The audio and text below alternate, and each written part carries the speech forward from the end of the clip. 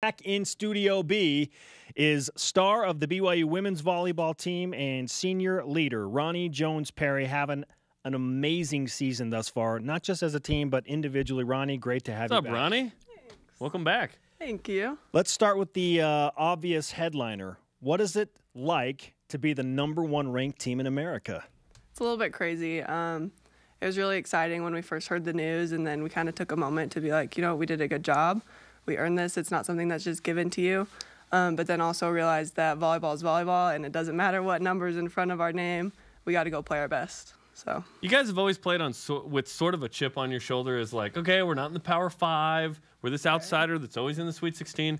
Now that you're #1, does it feel different at all? Because you've been validated in a way nationally. For me personally, I don't feel like it feels very different. I think that there's a big majority of people in the nation that are still going to kind of expect us to lose it and not expect us to really be one of these top of the top teams towards the end of the season. So, and it's kind of funner to play with that chip on your shoulder anyway. So I like to keep that kind of attitude. Like, we always have something to prove and then just keep working. Can you maintain that while being #1? Yeah. It's kind of hard because everyone's going to ask you about it. You're #1. Yeah, I think we can still keep that. There's still lots of things that we want to get better at as a team, and so we can use that to kind of motivate us to play with the chip on our shoulder. Like, we want to go do better at this next game. And so just kind of keep us motivated that way. We're going to get a research team out there to find everyone that says, oh, BYU doesn't deserve the #1 ranking. And then we'll just slide you that locker room material. Yeah, perfect. I think you've earned it, too. Obviously, beating #1 Stanford was a huge deal. Yeah. But you've defeated USC in 3. In a sweep, yeah. And now here you have Utah, which we'll break down in a second. But you're the #1 team. You guys have fought hard for this, too. This has been years in the making. Yeah. When did you? So you said you guys took a moment. Was that on Monday when it happened? Yeah. So it was. It was the first time that we were together as a team on Monday, and just right at the beginning of practice, Heather was like, "So I'm sure that most of you guys have already heard, but the AVCA poll came out. We're ranked #1 right now, and she just kind of took a moment to say, like, you guys earned this. You guys have fought hard. You guys weren't just given it." But also realize that, like, we still have work to do. So kind of like what I already said, we kind of took that moment as a team to be like, you know what, we went and did that, but there's still a lot of season left. BYU will play a 4th-ranked team in the first 9 matches. Utah tonight, who is number 24. What do you anticipate in the matchup with the Utes tonight? I anticipate a fight. It's always a battle against Utah. It doesn't matter who's on who's on the court for them or who's on the court for us. It's always just a pretty high energy, kind of emotional dogfight of a match. Berkeley Oblad, it was announced she's out for the season. How does that change the game plan, if at all? One of the key players for Utah there. I mean, for us as the girls on the team, it doesn't really change much for us. Our coaches will go and do the scouting and tell us what we need to be good at.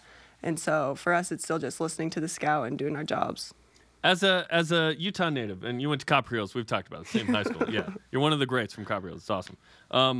And you grew up. Did you like Utah growing up? BYU? Did you have a preference?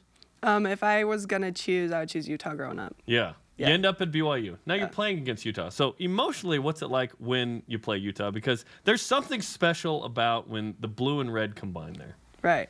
I think the first couple of years it was a little bit more of like I took it a little bit more personally, but now, like, especially this year, it just feels like it's the next game up and it's Utah, and I've kind of like been there. I kind of felt the emotions before, so now it's volleyball, and I know it's going to be intense volleyball, but other than that. Is it more than a regular match, though? Honestly, or do this you year treat it doesn't feel like it. It's the next thing that we need to do to get to where we want to be.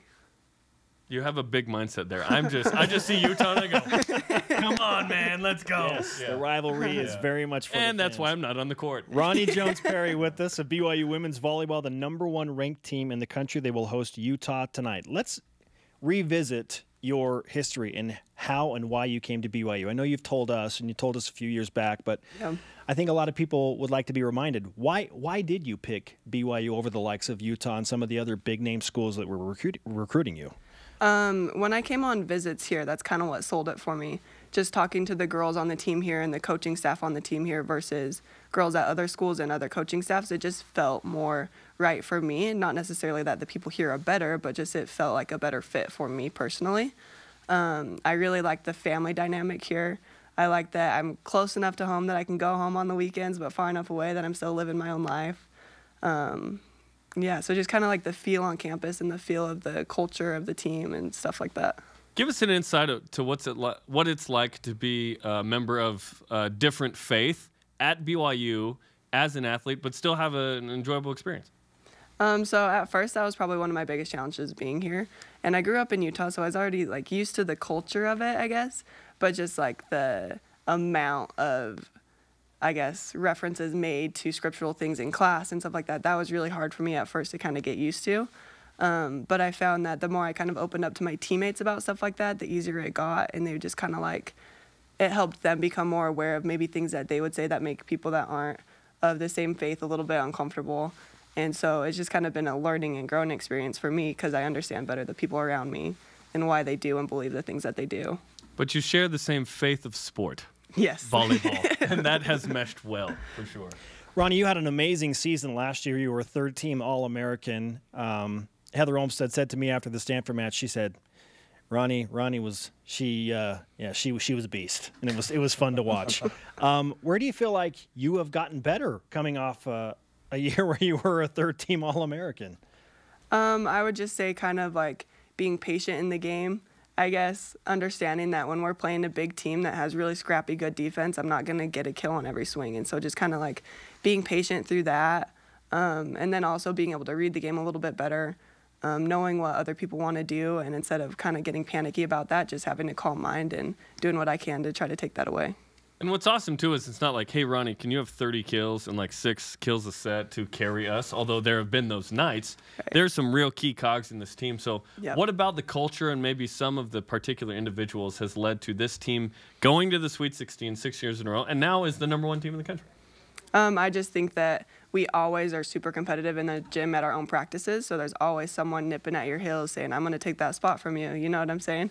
And like we still have this really good culture where we're supporting each other through everything. So it's not like a you played great, that makes me feel bad. It's like a you played great and that's helping our team do better. And so I think we have a lot of players that are ready to contribute, and they do when they get their time on the court. And that's kind of what pushes us. Like the strength of our team is our whole team. Last Friday, at about this juncture of the show, Jeremy and I looked at each other with amazement because you had 20 kills through 2 sets in a sweep against of USC. During the show, we're like, oh my gosh. Yeah. So we would love for you to go on that type of run tonight, and we'd like to give you some BYU Sports Nation karma. You utilize it however you want.